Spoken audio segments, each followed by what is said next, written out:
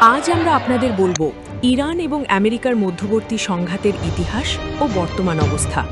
এটি কোনো একদিনের ঘটনা নয়, বরং বহু দশক ধরে তৈরি হওয়া রাজনৈতিক, অর্থনৈতিক ও সামরিক চাপের ফল। ১৯৭৯ সালে ইরানে ইসলামী বিপ্লব ঘটে। শাহ মোহাম্মদ রেজা পহলাভি ক্ষমতাচ্যুত হন। এই সময় আমেরিকার সঙ্গে সম্পর্ক হঠাৎ ভেঙে পড়ে। তেহরান শহরে আমেরিকার দূতাবাস দখল করা হয়। কয়েক মাস ধরে কূটনৈতিকরা বন্দী থাকে। তখন থেকেই দুই দেশের মধ্যে অবিশ্বাসের বীজ বোনা হয়। দশকের পর দশক ধরে আমেরিকা ইরানকে নিরাপত্তার জন্য হুমকিপূর্ণ দেশ হিসাবে দেখেছে। ইরানও তাদের প্রভাব রক্ষা করতে বিভিন্ন পদক্ষেপ নিয়েছে।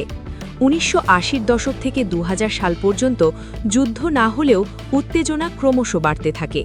২০০০-এর পর ইরানের পারমাণবিক কর্মসূচি নিয়ে পশ্চিমা দেশগুলো উদ্বিগ্ন হয়। তারা ভয় পায়, যদি ইরান পারমাণবিক অস্ত্র তৈরি করে মধ্যপ্রাচ্যের ভারসাম্য নষ্ট হবে। আমেরিকা কঠোর নিষেধাজ্ঞা আরোপ করে।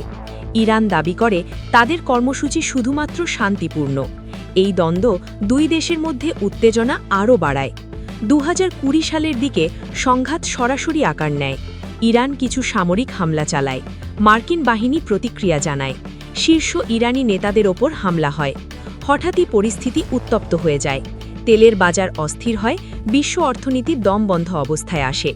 মধ্যপ্রাচ্যের দেশগুলো উদ্বিগ্ন।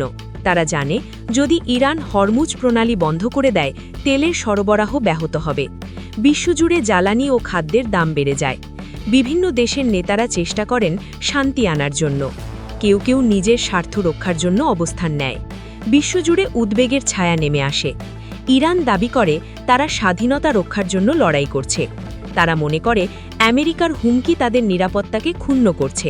অন্যদিকে আমেরিকা বলছে তাদের লক্ষ্য ইরানের সামরিক শক্তি নিয়ন্ত্রণ করা এবং পারমাণবিক কর্মসূচি রোধ করা।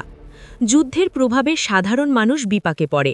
শহরগুলোতে আতঙ্ক, পালাতে বাধ্য মানুষ। অর্থনৈতিক সংকট তৈরি হয়।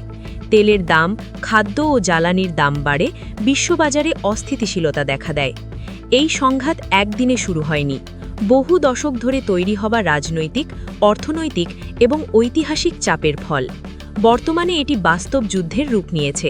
আমরা শিখতে পারি শান্তি রক্ষা করা, সংলাপ চালানো এবং সম্পর্ক মেরামত করা কতটা জরুরি।